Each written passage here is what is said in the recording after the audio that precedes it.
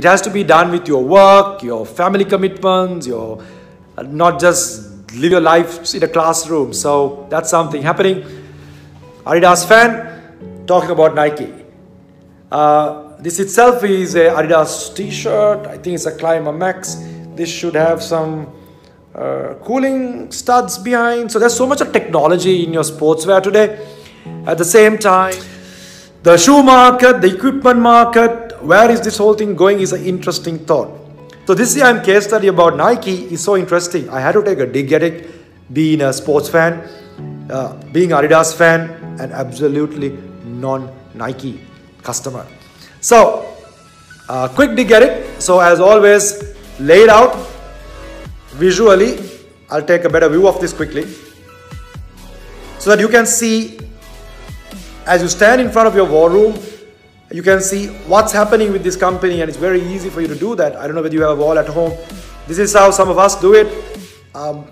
Just a thought for you.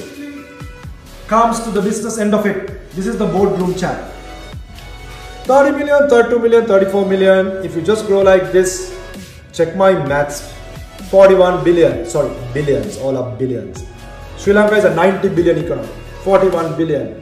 No Nike board member is going to agree just to hit this. They will want you to do more just for fun. There will be a question, can you double this revenue? 68 billion. Now that is not going to be easy. That's like 3 times your growth rate of what you're growing now. So that's your strategic planning gap, and that's what we are thinking about. Before we come to strategies, generally in a case study, any business, you go and look how much cash you have, 5.2 billion. That's a lot of cash. But honestly, compared to Apple, that's nothing. Apple's got 25 billion cash, the most cash-rich company. It's cash, cash and equivalent. So just to put it into perspective, when Adidas bought Reebok 2005, they bought it for $3.8 billion. So it's not a lot of cash to go buying Under Armour, buying this, buying that. So you got to really think how to use that cash effectively. They've got some issues in their margins. Their GP margins are dropping, but not life or death. It's expected, competition, cost rising. So you should not kill yourself on it. It's a concern, that's fine. Funding has been talked about. Not a lot of information about balance sheets and all that given. So you have to take a high level view. If you don't want to do share issues in US, maybe you could raise funds in markets like China, set up separate entities there, legal entities, rather than just having partnerships and distribution arrangements. Thoughts? I haven't really thought about it. Get a good financial advice on this. Apart from that, not really treading too much on my financials here, but really concerned about the financials in US. USA, made in USA, the Trump chant. You're not even growing, you're declining. This is going to be a huge pressure. US market is doing its best in decades. It's one of the fastest growing economies in the western side of the world. And everybody's got cash in their hand after the tax cuts. There is lowest unemployment, everything is on the positive side. And Nike is unable to grow. Big issue has to be addressed. This should be like growing at 10%. Is a view. Nike also is aligned to one side of USA. They are anti-Trump, so they are from the Hillary camp, more liberal, and they're very open about it, very controversial. Maybe 50% of the US consumers who burned their Nike shoes a couple of months ago because of a Nike campaign might not be aligned to Nike, so they might have to get and become a little neutral politically. Nike's women issue continues. They got to do something about women. They've got a strong brand, no question. Awareness is amazing, people are recommending. Struggling with equipment, this is a space to focus. Excited about the athleisure market. We call it the non-sport market, what I generally wear to class, to work, sometimes for weddings. I wear sportswear. So Nike has to ask the question, what business are we in? This is a very intelligent question. Parker asked this some time ago. Parker, are we in pens or are we in gifts? The truth is, most people wear Nike for non-sport. The athleisure. The casual wear world is moving to athleisure. Small numbers, but it's emerging. So this is an area Nike might have to redefine their vision and mission, which is linked to an athlete. I consider this probably a constraint, a strategic constraint. Give it a call. The truth is, some of the top athletes who are runners in the world don't even wear Nike unless they're sponsored. The brands that come on top even in the Ironman world. So Ironman is like ultra endurance. These guys run 42 kilometers after swimming and cycling.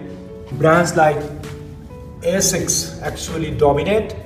There are specific brands like OnCloud, Hoka One. So Nike doesn't come to the picture. So even in the performance world, though they want to be this ultimate athlete solution, some categories they don't dominate. So that's a concern. Very fast. They've got a strengthened brand. We talked about that. 30,000 outlets. Big strength around the world. Growing, direct and digital. No need to get all and fancy with this VR and all that. Those are like our level 2 operational stuff. But keep an eye. A lot of risks can be distracting. Biggest concern is their reputation risk. 1996, Sri Lanka won the World Cup. I failed my A-levels. Nike had a child labor issue. Sri Lanka hasn't fixed the World Cup problem, but Nike too hasn't fixed their reputation. This is big. They got to do a lot to support this. Still, the ethical issues are coming into play. That's not good. So Nike's got to fix this.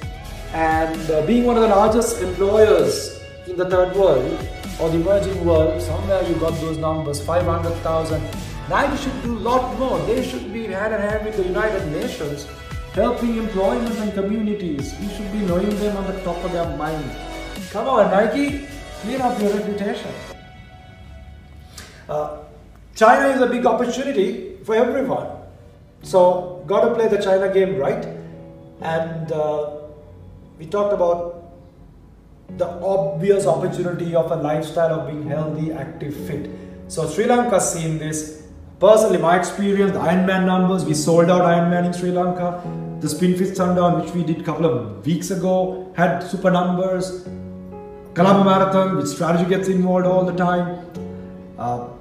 Numbers have doubled. So this is a big growing market. But don't forget, the lifestyle is aspirational. The non-sport, the guy who goes shopping wears Nike.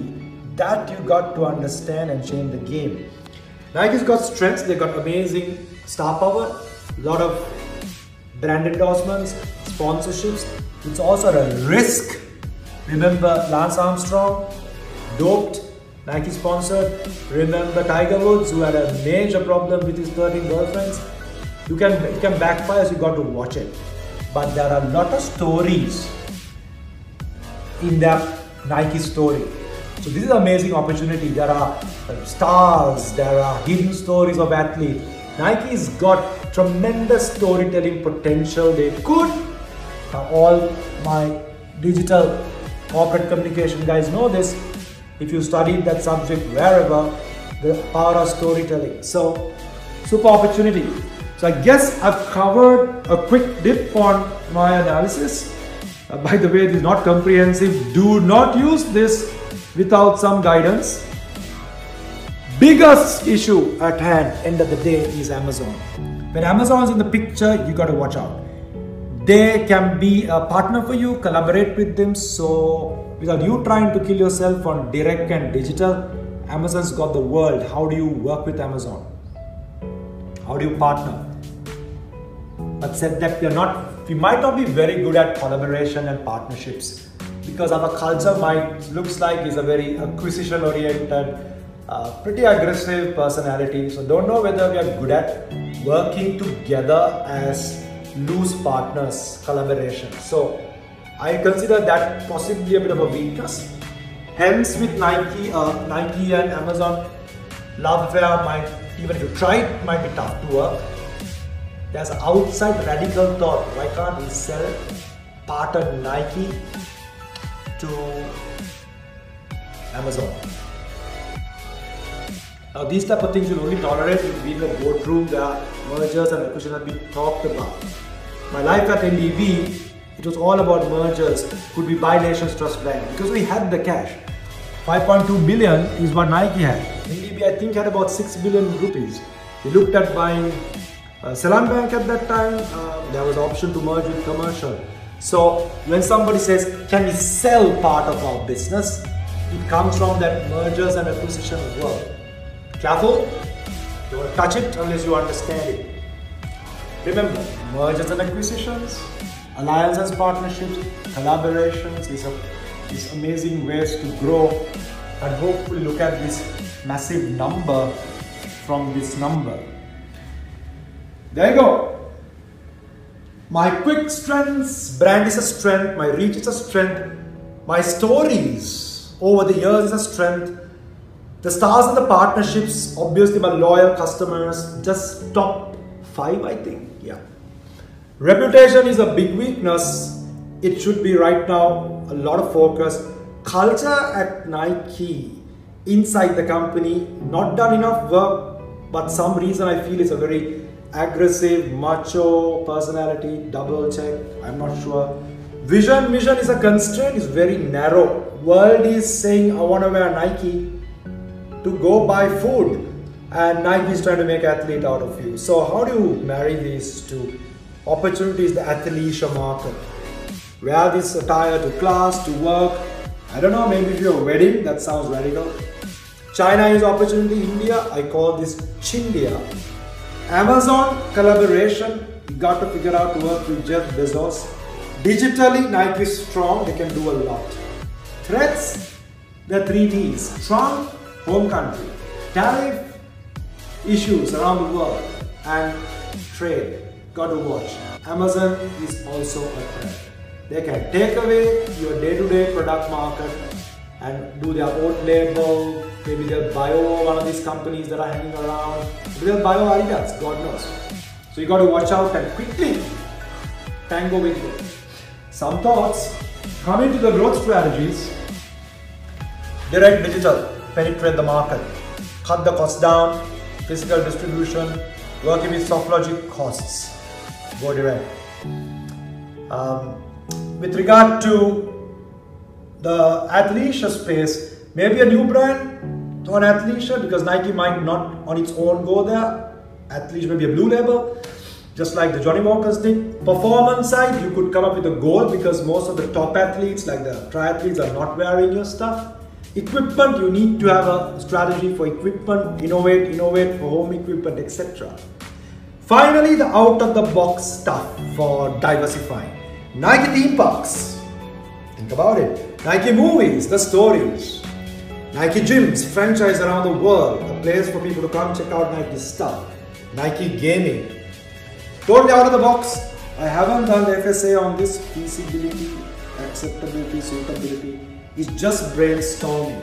So this is a dig, a very high level dig.